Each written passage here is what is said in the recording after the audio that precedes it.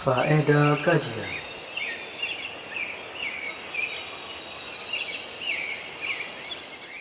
Jadi Al-Imam Al-Utsaimin menjelaskan bahwa mendatangi dukun itu ada 4 macam. Jadi mendatangi dukun itu hukumnya tidak satu. Ada 4 hukum. Disebutkan dalam kitab Al-Qaulul Mufid, Syarah Kitab Tauhid, bahwa mendatangi dukun itu ada 4 macam.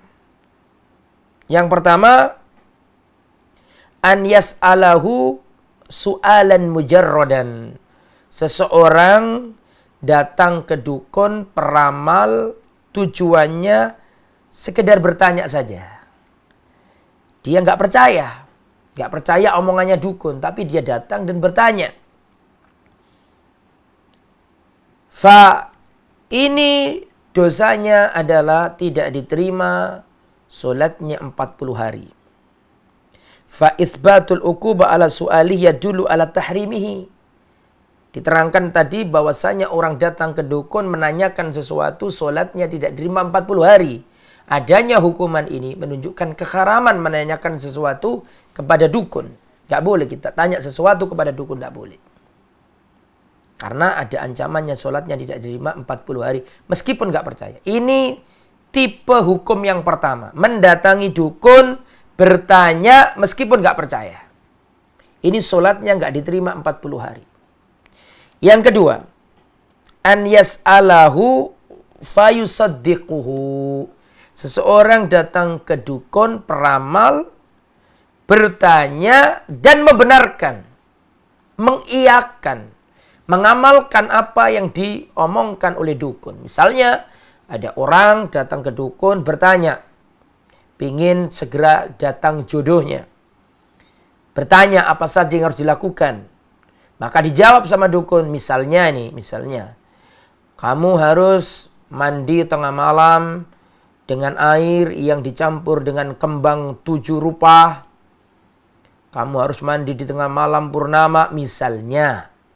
Kemudian, ini orang yang datang yang bertanya tadi mengamalkan, mempercayainya apa yang diomongkan dukun tadi itu, maka ini bisa membuat orang keluar dari Islam. Wahada kufrun. Ini ada bentuk kekafiran. Lianna tasdiqahu fi ilmil ghaib takdzibun lil Quran. Karena kalau kita mempercayai bahwa dukun itu mengerti ilmu ghaib, ngerti barang hilang, ngerti jodoh di mana. Kalau kita mempercayai omongannya dukun, berarti kita mengkafiri Al-Quran. Karena di dalam Al-Quran dikatakan, dalam surat An-Naml ayat 65, "Qul la ya'lam man fis samawati wal ardi al-ghaiba illallah."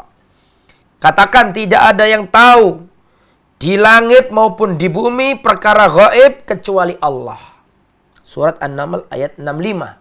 Jadi kalau ada orang percaya sama dukun, yang mana dukun ini meramal kejadian masa depan, berarti orang ini kalau percaya omongannya dukun, otomatis ini orang kafir terhadap Al-Quran. Karena Al-Quran mengatakan tidak ada di langit dan di bumi yang mengerti gaib, ilmu gaib, kecuali Allah. Jadi kalau orang beriman kepada dukun, berarti dia mengkafiri Al-Quran. Na'udzubillah min dzalik. Ini tipe yang kedua. Tipe yang ketiga, an yas'alahu liyakhtabirahu. Datang ke dukun tujuannya untuk mengetesnya. Hal huwa shadiq au kadhib. Apakah dia ini orang yang benar atau dusta? Dan ini pernah dilakukan Rasulullah SAW. Di zamannya Nabi dulu ada seorang namanya Ibnu Sayyad. Orang-orang menganggap Ibnu Sayyad ini mengerti ilmu ghaib. Sebagian orang. Maka didatangi sama Nabi. Nabi mengetesnya ini. Madza khabbatu laka, apa yang aku sembunyikan untukmu ini. Ternyata ini Ibnu Sayyad tidak bisa menjawab. Apa yang atau jawabannya salah. Nah ini, maka ini dibolehkan. Tujuannya untuk seperti itu. Kemudian yang nomor 4. An yas'alahu liyudhira ajzahu wa kadhibahu.